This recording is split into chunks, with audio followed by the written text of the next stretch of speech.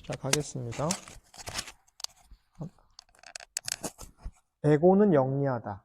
우리가 에고 자꾸 그러니까 뭐 곡소리 하는 것 같잖아요. 에고 그러니까. 근데 에고라는 게 우리가 흔히 말하는 자아, 아상, 나라는 생각. 그러니까 좀 풀어서 얘기하면 나라고 하는 생각이에요. 근데 거기에는 소유도 들어가죠. 내 것. 내 새끼, 내 마누라, 우리 집. 우리는 또 이제 한국 사람들은 이제 내 거라는 표현보다도 우리 거라는 표현 많이 쓰잖아요. 우리 집. 내 집 안 하잖아요. 내 차보다는 우리, 특히 집은 이제 여럿이 우리 가족이 함께 구성원으로 있으니까 뭐 우리 집. 근데 이제 서양식으로 얘기하면 이제 내 거, 내 차, 내 집. 특히 이제 우리나라도 점점 그 1인 가정 숫자가 거의 3, 40% 되거든요. 그러니까 사실은 내 집이지 뭐. 나의 것까지도 소유의 개념으로. 그러니까 나의 영역이 이것도 나잖아요. 내 몸뚱이도 나죠. 내 팔, 다리, 뭐 안경, 핸드폰, 시계 이런 거, 내 거. 나라고 생각하는 것들. 그리고 나라는 생각. 이게 내 것이라는 생각. 근데 에고는 영리하다고 그래요. 영리하죠? 이건 핑계의 대마왕이죠. 자기 합리화라고 하죠. 자기 합리화의 대마왕. 그러니까 에고는 영리하다. 에고는 개인적 자부심을 영적 자부심으로 대체한다. 우리가 그 자존심, 자부심 이런 얘기 하는데 내가 잘해서 그런 것 같잖아요. 우리는 살면서 내가 잘해서 뭔가를 성취하고 내가 잘해서 성공을 하고 내가 잘해서 진급하고 내가 잘해서 뭐 좋은 회사 취직하고 뭐 그런 거 있잖아요. 근데 사실은 그렇지 않죠. 영적 자부심으로 대체한다는 게 뭐냐면요. 그냥 자기만 홀로 존귀한 거야. 며칠 전에 부처님 오신 날인데 부처님께서 태어나시면서 사방으로 7발자국 걸으면서 유명한 말씀을 하셨잖아요. 그 천상천하 유아독존 3계계고 아당안지. 앞에 것만 되게 생각하거든요. 천상천하의 유아독존. 하늘 아래 땅 위에 내가 제일 존귀하다. 그리고 근데 뒤에 거는 해석 안 해. 3계가 계고이니 아당안지. 그러니까 이게 3계, 색계, 욕계, 무색계. 그러니까 온 우주가 모두 고통스러운 거야. 제가 사고팔고 얘기했잖아요. 뭐 생로병상, 애별리고 원증애고인데 이 3기가 모두 고통스러운데 아당한지 내가 마땅히 스스로 편케 하리라. 모든 중생은 편케 하리라. 근데 사람들은 그거 뒤에 건 안 보고 유아 독존만 생각해. 내가 최고로 존귀하다는데 여기서 말하는 아와 우리가 흔히 말하는 에고는 다른 거예요. 좀 다르게 이해해야 돼요. 그러니까 완전한 진화, 참나를 깨달으면요 남이 없어. 근데 우리의 에고는 너와 나를 가르쳐. 나와 너를 딱 분리해요. 그러니까요 나는, 너는, 저것은, 이것은 내 것, 네 것 분별하죠. 그러니까 어때? 상대처가 생겨요. 두 개가 돼, 두 개. 나와 너. 근데 이 나가 아니라 깨달음을 얻어서 원래 하나라는 걸 이치를 알아버리면 너와 나의 구별이 사라지니까 그건 진짜 나. 그럼 이제 진짜 나가 있어요 하면 벌써 내가 진짜 나가 있어요라고 하면 뭐가 뒤에 있어요? 가짜 나가 있잖아요. 그런 분별을 여인 진짜 참나를 이제 부처님께서 유아독존 오로지 하나 있는 거. 그러니까 이거를 불이론이라고 그래. 둘이 아니다. 절에 가면 불이문이라고 있어요. 큰 절에 가면 뭐 이렇게 범어사나 이런 데 불이문이라고 아마 많이 보셨을 거예요. 둘이 아닌 뭐냐. 그게 뭐가 둘이 아니야? 세속과 도량, 부처와 중생, 너와 나, 선과 악, 남과 여 이런 분리되어 있는 것들이 통일되어 있다. 근데 우리 에고는 그렇게 하나로 보는 거 좋아하지 않아. 단단한 내가 있어야 돼. 에고는 그래서 영리해. 왜? 계속 뭔가를 따지잖아요. 계산하고. 따지는 거 좋아하지 마십시오. 너무너무 따질 필요 없어요. 이거를 사리 연구를 잘해서 한 것과 다른 거거든요. 이렇게 여우가 의심하듯이 계속 따지는 거. 왜? 뭘 따져? 나한테 유리한 거. 이렇게 따지는 걸 말하는 거죠. 사리 분별이 아니라. 근데 에고는 위축되지 않고 계속 전진해. 에고는 쫄지 않아. 계속 자기한테 유리한 방향으로 가. 계속 따져. 그래서 위축되지 않고 쫄지 않고 계속 전진한다. 에고는 영적 이해를 개인의 공으로 돌리고 이해의 능력 자체가 신이 준 영적 선물임을 깨닫지 못한다. 그러니까 뭐냐면 아이들이 저 몇 년 전에 설교 준비하다가 이런 예화를 들었어요. 어느 날 한 초등학교 한 5, 6학년 되는 자녀가 엄마한테 와서 이렇게 청구서를 내밀었대요. 엄마 아빠 구두 닦아준 거 5,000원. 심부름 해준 슈퍼 가서 심부름한 거 3,000원. 뭐 한 거 얼마. 뭐 공부 열심히 한 거 얼마. 뭐 학교에서 뭐 상 받아온 거 얼마. 그래가지고 엄마 나 용돈 얼마 줘 이랬대요. 근데 엄마가 그걸 딱 보더니 엄마도 청구서 썼대요. 내가 너 낳아준 거 무료. 너 아팠을 때 밤새도록 간호해준 거 무료. 너 뭐 학비 대준 거 무료. 무료. 다 넌 무료. 그러니까 우리는 5살짜리 아니 초등학교 5, 6학년 정도 되는 애고야. 그러니까 그때 청구서를 내밀잖아. 내가 너한테 이렇게 해줬는데. 내가 너한테 이렇게 해줬는데. 내가 너한테 이렇게 해줬는데. 가르죠. 대상을. 근데 진실한 여기서 말하는 신적인 그러니까 신이라는 게 하나님, 부처님, 뭐 예수님, 공자님 모든 절대적인 진리는 무료잖아요. 부처님이 설법할 때 야 가서 봐. 너 나한테 한 통장에 몇 푼 좀 넣어줘라. 예수님이 베드로한테 내가 너 천국을 지키는 열쇠를 줬으니까 뭐 물고기 몇 마리라도 좀 바쳐야 되는 거 아니냐? 이래 안 해요. 진실된 가르침은 무료라니까요. 무료라도 못 가져가. 대종사님이 우리 법을 공전이라고 했죠.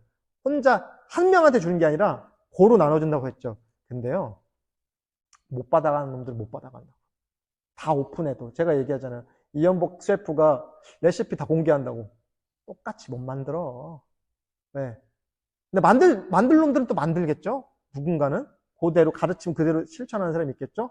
그래서 돈 안 받는다고. 진실한 신적인 선물은 공짜예요. 그 능력은. 근데 우리 예고는 내가 엄마 신분해줬으니까 나 좀 얼마 줘야 되는 거 아니야? 몇 푼 떼줘야 되는 거 아니야? 실제로 그래서 재산 갖고 엄청 싸우죠. 뭐 요즘 그러잖아요. 죽을 때까지는 상속해주지 말고 죽어라. 막 그 요양원에 넣는다. 어른들 그런 얘기 하시더만요. 꼭 몇 푼은 쥐고 있어야 된다고. 되게 슬픈 얘기죠. 저기 자식들도 그렇게 재산이 있으면 엄마 아버지한테 더 잘한다면서요. 그러지 않나? 그러니까 달달달 볶아가지고. 근데 저 같은 사람은 받을 게 없어. 얼마나 자유로운지 몰라. 나 우리 엄마 아버지한테 받을 게 별로 없거든. 우리 이미 무한히 받았어요.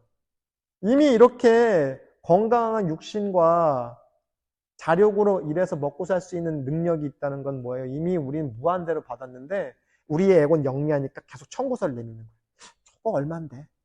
저거 내가 더 받을 수 있을 것 같은데? 그래서 우리는 깨닫지 못해요. 결국에는. 그 에고 때문에.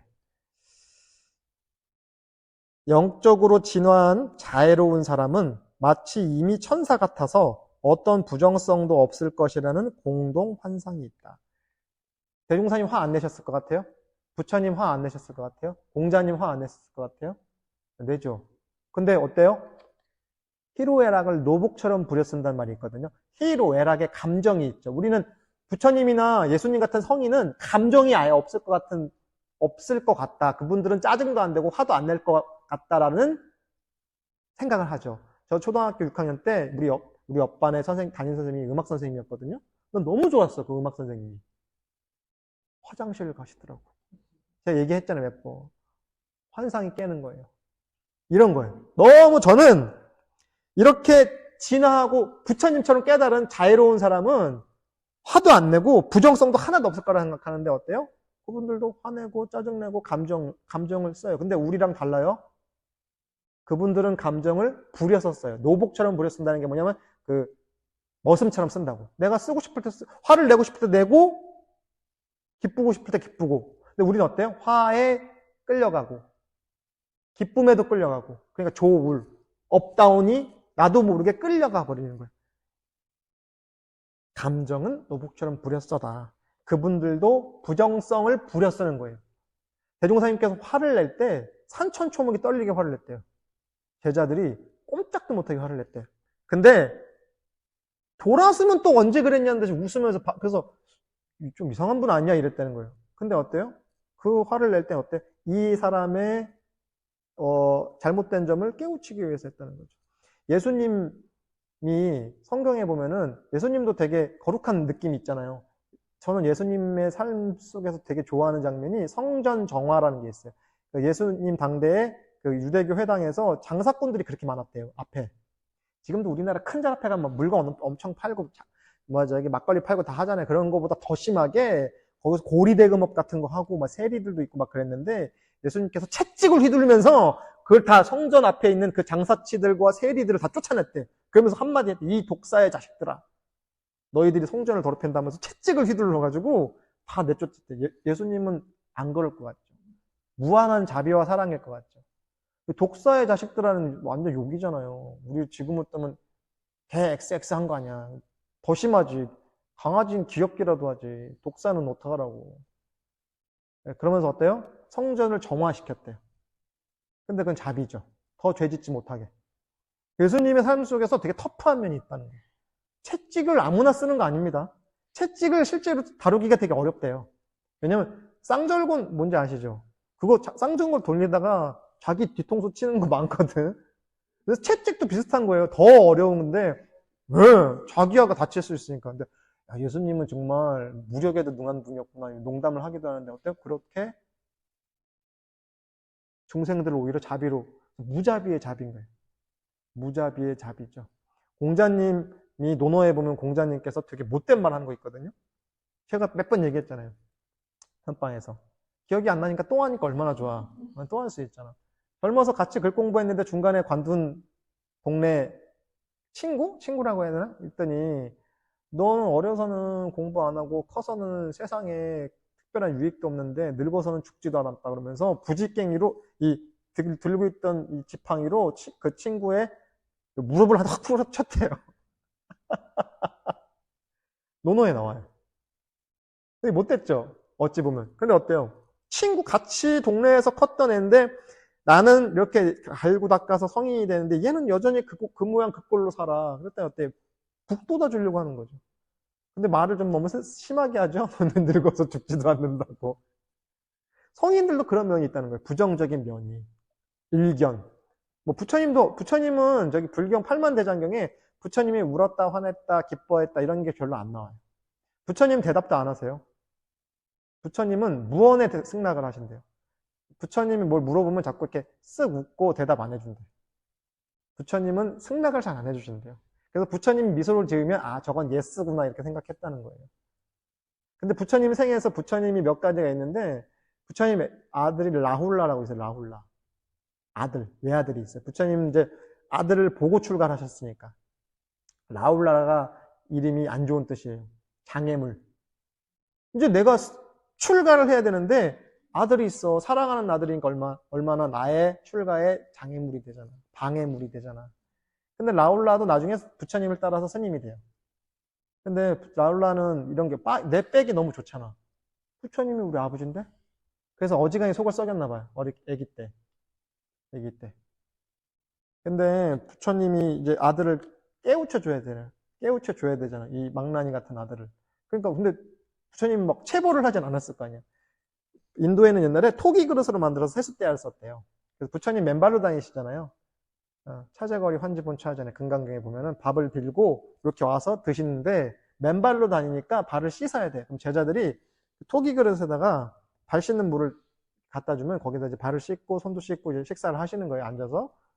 맨발로 다니시니까. 부처님 맨발이잖아요. 제가 옛날에 불국사, 그러니까 경주 갔다 오고 제가 몇 년 전에 불국사 여름에 후배랑 같이 불국사를 갔어요. 그 슬리퍼 신고 맨발로. 법당에 이제 들어갔죠. 그랬더니 거기 보살님이 앉아 계시는 거예요. 근데 저한테 막 혼내는 거예요. 어디 법당에 맨발로 들어오냐고. 제가 되게 까불거든요. 보살님, 저 부처님도 맨발인데 법당에 부처님도 맨발로 계시는데 저도 맨발로 들어오면 안 돼요. 그때 더 화내시더라고요. 그래서 얼른 나왔어요. 참배도 못하고. 어쨌든 우스갯소리인데 부처님이 발을 씻고 앉아서 했더니 부처님이 라울라한테 너 내가 발 씻은 물을 마실 수 있겠냐? 못 마시죠. 더 더러워서. 그러면 이제 토기 그릇이잖아요, 이게. 그래서 왜 지금도 인도에서 뭐 이렇게 그릇에 물 마시고 딱 버려서 깨는 이런 거 있어요.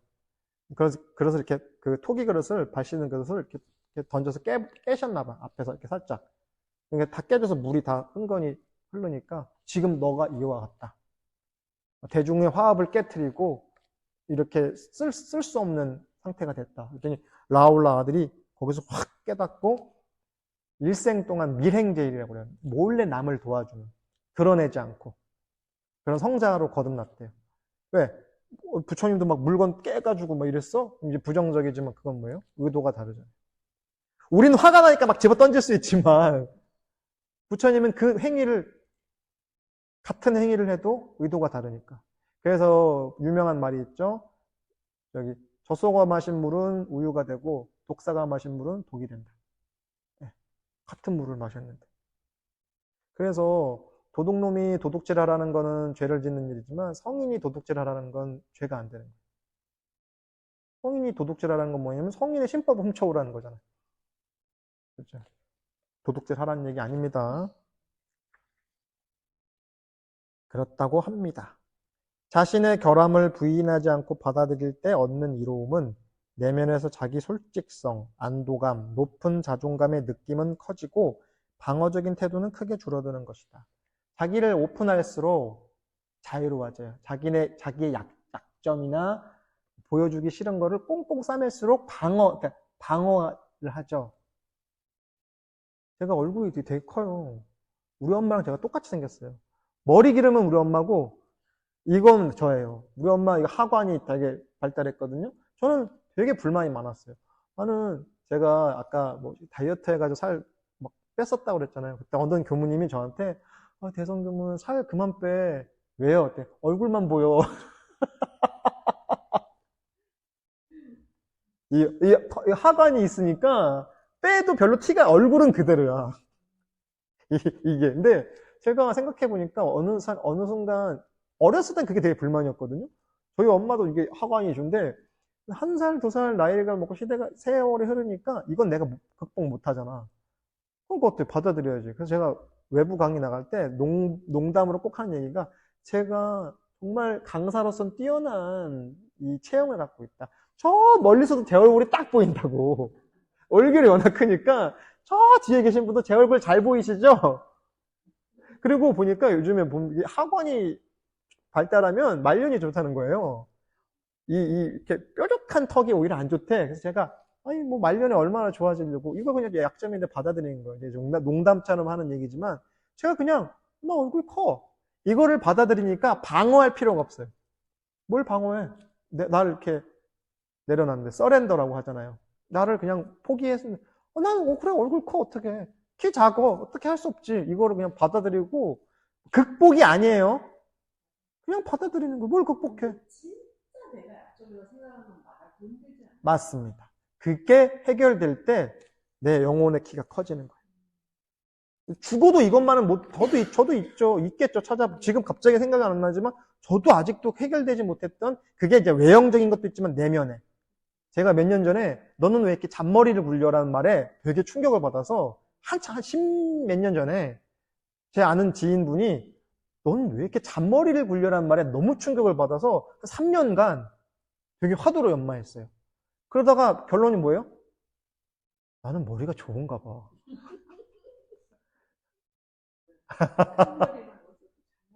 네. 그래, 잔머리라도 쓰니 얼마나 다행이야. 근데 3년 동안에는 누가 그런 유사한 말을 나한테 할까봐 제가 계속 이렇게 방어하고 있는 거예요. 그런 얘기를 안 들으려고. 그냥 수용하는 거예요. 잔머리 굴리면 안 됩니까? 굴릴 수도 있죠, 때에 따라서는. 그래서 방어적인 태도가 줄어드는, 그러니까 방어할 게 없어요. 방어할 두려움이 없는 자유인 거예요, 이 자유는. 그래서 그냥 에고는 계속 핑계대고 방어하거든요. 무언가 약점 잡히지 않기 위해서. 그런데 그 한꺼풀만 내려놓으면요, 자유롭습니다. 자신에게 솔직한 사람은 남에게 툭하면 감정을 다치는 일이 없다. 자신한테 솔직한 사람은 그래서 아까 저한테 누가 잔머리 굴려라는 말에 상처받지 않아. 근데 저거 상처받았다는 건 뭐예요? 그만큼 저의 에고가 진짜 잔머리 굴렸던 거지. 내가 그거 인정 못하겠다는 건 그게 맞는 거거든. 그 사람이 악의를 갖던 악의를 갖지 않든 상관없어요. 내가 거기에 걸려들었기 때문에. 네. 상관없어요. 상대방이 악의를 갖고 저주를 퍼부어도 웃을 수 있고, 선의를 갖고 얘기해도 너 왜 나한테 그런 얘기해? 라고 나오는 거죠. 그건 결국 누구 문제예요? 내 거죠, 내 거. 상대방의 의도에 걸려 넘어지던, 아니면 좋은 의도든 나쁜 의도든 사실 내 거기 때문에 걸리는 거예요. 그럴 때, 그 사람이 어떤 의도로 했을까 생각해보면 좋은 의도는 아니잖아요. 그래서 사실은 저 사람이 나한테 어떤 의도로 얘기했을까는 사실 의미 없어요. 내가 왜 그렇게 받아들였을까? 네, 내가 왜 그렇게 받아들였을까? 사실은 받아들인 내가 중요한 거지, 허공에 침을 뱉어서 허공이 더러워지지 않죠. 들어오잖아요. 네, 그래서 부처님이 일화 중에 그 당시 이제 바라문들, 수행자들, 다양한 이제 수행자들이 부처님이 그때 되게 슈퍼스타였거든요. 정신 사상계의 슈퍼스타였어요. 그러니까 어때요? 사람들이 막 모여드니까 질투하는 사람이 당연히 생기겠죠? 그래서 어느 날 바라문이 와가지고 부처님한테 욕을 막 했대요. 막 쌍스러운 소리를 막 했대요. 근데 부처님이 이러고 가만히 있었대요. 반사한 거야. 반사. 근데 어떻게 반사? 나중에 욕을 하다 지친 거야. 아니, 내가 이렇게 진지하게 욕을 했는데 왜 받아 대꾸도 없냐? 했더니 비유를 하기를, 당신이 나한테 선물을 줬어. 근데 내가 필요 없어서 도로 가져가라면 이 선물은 누구 거야? 제 거죠. 이와 같아. 당신은 나한테 욕을 선물로 줬지만 내가 필요 없어서 도로 반납한 거야. 그러니까 사실은 그 사람이 악의를 갖든 선의를 갖든 그건 중요한 게 아니야. 내가 거기에 반응했다는 건 결국 내 안에 그게 있었다는 거죠. 그래서 자신에게 솔직한 사람은 남에게 툭하면 감정을 다치는 일이 없다. 따라서 정직하게 성찰하면 일체의 감정상 고통은 물론 잠재적인 감정상 고통까지 줄이는 이로움을 얻는다. 자신한테 정직하고 자신한테 솔직하면 외부의 요소에 영향을 받지 않는다는 거예요. 네. 자신한테 당당하면요, 외부 사람들도 알아요. 자신한테 거짓말하면 외부 사람들도 알아요. 내가 그 티가 나거든요. 요거는 조금 긴데 요거 좀 얘기해보죠.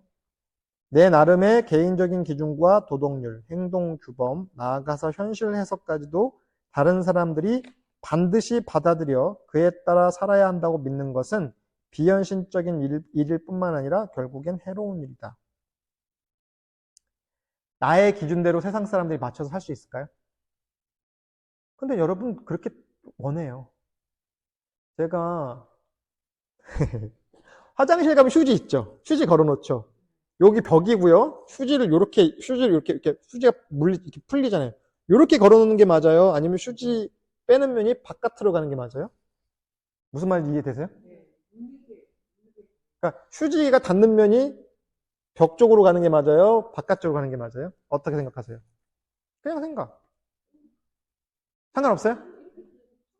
상관없다고 보고 어떻게 보세요? 어떻게 보세요? 저는 네. 네네네. 바깥쪽으로 나오게. 그렇죠. 그러니까 누군가는 상관없음도 기준이고 누군가는 밖으로 나와야 기준이고 누구는 안쪽으로 들어가 있어야 기준인데 이게 되게 서양에서 되게 논란인가 봐. 왜 이게 휴지가 어느 쪽으로 나오느냐. 저는 기준이 명확하게 있습니다. 저도 바깥쪽으로 나오는 게 맞다고 봐요. 근데 네, 그렇죠. 쓰기가 편하니까. 벽으로 붙어 있으면 이게 막 벽에 붙어 있고 그렇거든요. 그렇죠. 치약은 중간부터 짜세요? 끝에부터 짜세요? 끝에요? 네. 가운데부터 짜고 근데 예를 들어서 그렇죠. 나중에 모아. 근데 어떤 분은 끝에서부터 짜야 되고 어떤 분은 중간부터 짜는데 둘이 같이 살아. 전쟁인 거거든요. 그래서 그런데 이런 사람들이 한 1000명, 5000명, 10,000명, 10만 명 살면 이제 하나의 나라가 되겠죠? 자, 헌법을 오늘부터는 치약은 밑에서부터 짠다. 중간서부터 짜면은 적발됐을 시에 처벌하겠다. 이렇게 해서 상대방의 행동을 제약하고 규정을 만들어서 따르기를 바라는 거는 요 정도는 애교죠? 최근 넷플릭스의 삼체라는 소설책, SF 소설, 저는 다 안 봤어요. 보다 말았어요. 그걸 진득하게 볼 시간이 없어서 그냥 보다 말다 하는데 첫 장면이 뭐가 나오면 중국의 문화대혁명이라는 게 나오는 거예요. 문화대혁명이 나오는데 문화대혁명이 이제 모택동 사상으로만 통일을 하고 나머지 사상은 다 없애는 거예요. 그러니까 종교, 뭐 철학 이런 걸 다 막 불태우고 불사르고 암흑기예요. 이 사상 외에 다른 사상은 받아들일 수 없다. 그럼 거기서 그러니까 뭐냐면 서양에서 들어온 과학을 가르쳤기 때문에 소위 말해서 매국노라는. 그래서 그 교수를 죽여.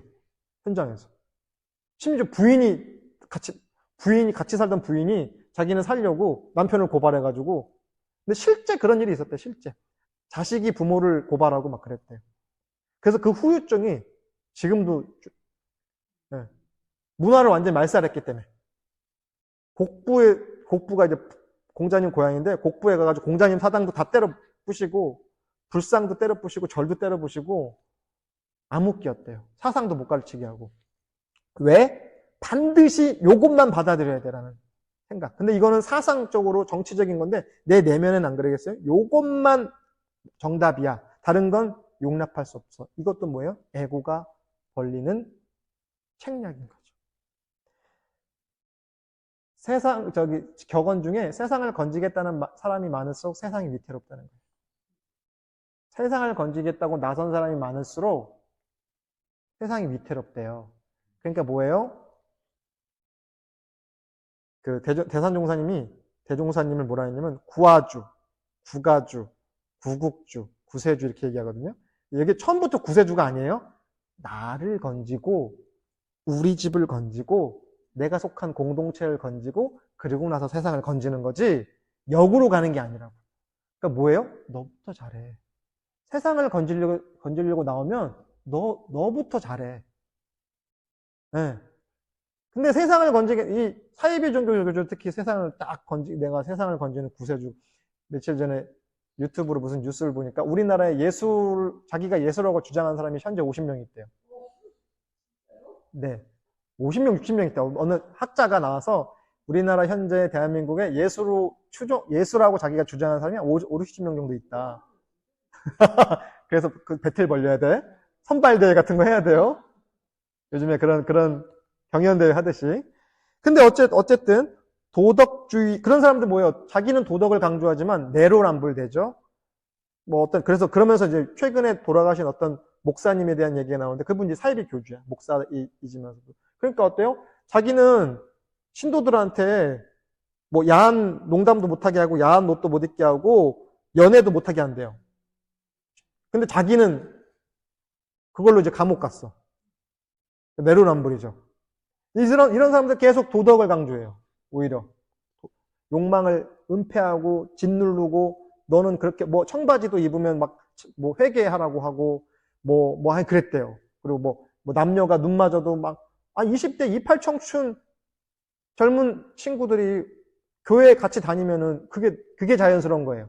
근데 그럼 금식기도 지키고 근데 그렇게 또 이쁜 신도들은 데려다 자기가 해코지하고. 그래서 그 사람이 감옥을 가요, 실제로. 근데 이런 사람들은 뭐예요? 자기는 그렇게 얘기하고 자기 내면에는 욕망은 또 충실해. 도덕주의의 투영은 항상 반드시로 나타나서는 흔히 울분과 증오, 원한, 심지어 보복을 가져오며 물론 전쟁도 일으킨다. 이 목사가 설교하는 걸 들으니까 계속 비난하고 욕하는 거야. 11조 안 내면은 대출을 받아서라도 11조를 내야 되는데. 그러면서 막 혼내, 전화로. 네가 미쳤구나. 어떻게 그 11조를 안 내? 대출이라도 받아서 11조를 내야지. 또 교회 빠지면은 왜 교회를 빠져? 네가 지옥 가려고 그러는구나. 듣고 있으면은 이게 내 영적인 진보를 가져올까? 그래서 정말 이 종교를 믿는 걸까? 아이고 참 인생 참 어렵게도 산다. 네, 인생 참 어렵게도 살아.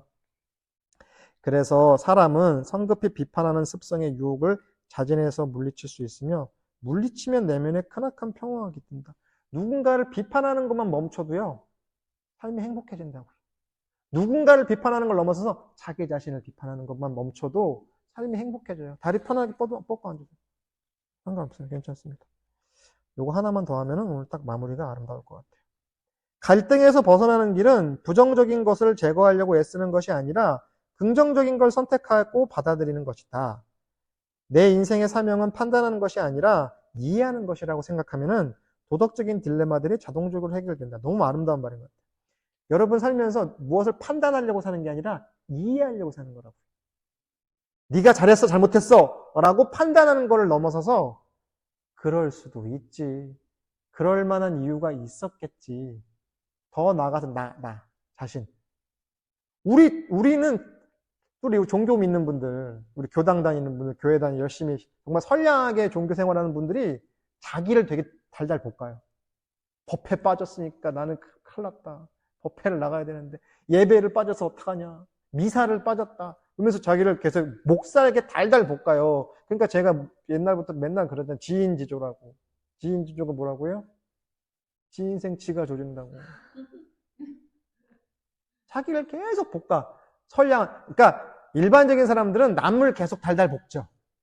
공격하고 너 그렇게 하면 안 되지. 어떻게 그렇게 할 수 있어 하고 하는데 이 선량한 사람들은 자기를 공격해. 네. 자기를 공격해. 이게 살인율과 자살률이 사실 같은 범주예요.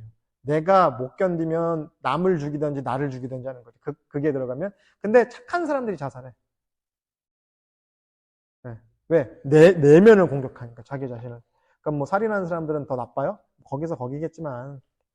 그래서 우리가 부정적인 걸 벗어난다는 건요, 부정적인 걸 고치는 게 아니라 긍정적인 걸 키워주면 돼요. 가정을 하나 해볼게요. 여기 동굴이 10만 년 동안 어둠 속에 갇힌 동굴이 있어요. 10만 년 동안 묻혀 있어요. 그러다 발견됐어요.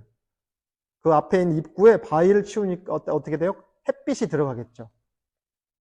그럼 햇빛으로 그 동굴 안이 밝아지는데 몇 시간이 걸려요? 10만 년 걸려요? 어떻게 밝아져요? 순식간에 밝아져요.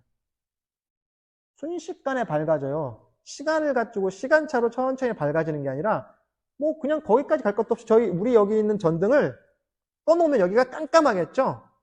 불을 켜면 얼마 만에 밝아져요? 단번에 밝아져요. 우리가 깨달음을 도노라고 그래요. 돈자가 몰록이라고도 쓰고 서든 영어로 하면 갑자기 순식간에 깨닫는다고요. 깨달으면 점호가 없어요. 저 불을 탁 킬 때 탁 밝아지면 일시에 어둠이 탁 사라져요. 그리고 우리가 어둠을 지우는 게 아니에요. 밝음을 켜는 거예요. 네, 이해되시죠? 어둠을 지울 수가 없죠. 어둠을 어떻게 지워? 어둠을 지우는 방법은 단 하나예요. 빛을 비추는 거. 그럼 빛을 비추면 일시에 사라져. 죄상이 심양멸시 죄영만 그러죠. 마음이 사라지면 죄도 사라져. 죄를 그러니까 이참 사참을 다해. 막 내가 좋은 일도 많이 하고 막 참회도 열심히 하고 기도도 하고 해서 참회를 하겠지만 회개를 하겠지만 제일 빠른 회개는 뭐예요? 제일 빠른 참회는 뭐예요?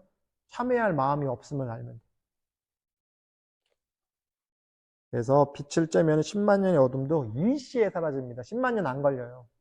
그래서 부정적인 것에 집중하지 말고 긍정적인 것에 집중하라는 거예요. 삶의 태도를. 그러면 해결돼요.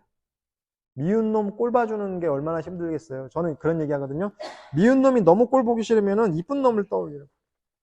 이쁜 사람을 떠올려요. 그러면은 그 부정성을 지우는 게 아니라 긍정을 살리는 거예요. 대업왕생이라고 제가 계속 얘기하잖아요. 우리는 신구의 3업을 가지고 성불하는 거예요. 네. 그래서 그 불교에서도 신구의가 3업, 여기서 업이 부정적인 의미죠. 우리는 업을 짓는데 뭐요? 이 몸으로 나쁜 짓 하잖아. 그 입과 생각으로 업을 짓는데 사실을 뒤집어 얘기하면 뭐예요? 우리는 몸과 입과 마음으로 복을 지을 수 있어요. 그래서 그걸 삼밀 그래요. 그래서 구시 화복문 그랬죠. 정산종사님께서 옛날에 입이 화의 재앙의 근본이다 이런 사자성어가 있는데 구시 화문 입은 화의 근본이다. 근데 화만 불러일으키겠습니까? 복도 불러오죠. 근데 우리는 복에 집중하세요. 화에 집중하지 마시고. 부정성은 집중할수록 더 커져요. 반대로 긍정성도 집중할수록 더 커져요. 그럼 어때요? 기왕이면 긍정에 집중을 하시라고. 그래서 제가 후배들이 갑자기 이제 저는 요런 부분이 부족해서 요런 부분을 더 키우고 싶어요. 이렇게 얘기하면 저 반대로 얘기해요. 내가 생각할 때는 너가 지금 잘하는 걸 더 극대화시켜라.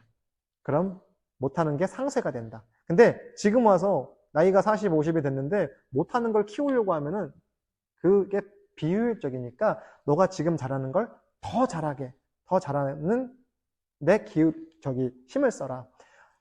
뭐 이제 아직은 뭐 10대, 20대 때는 그 인격 발달을 고루 균등하게 하는 게 중요하지만 30대, 40대, 40 이후에는 지금 잘하는 걸 더 잘하는 게 더 중요하다는 거예요. 수행도 마찬가지예요.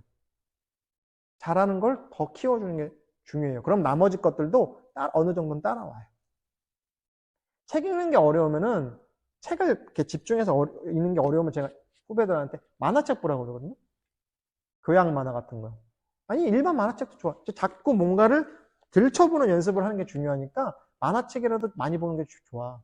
근데 그것도 어려워? 그럼 요즘에 듣는 그 있잖아요. 오디오북 같은 거라도 들어라.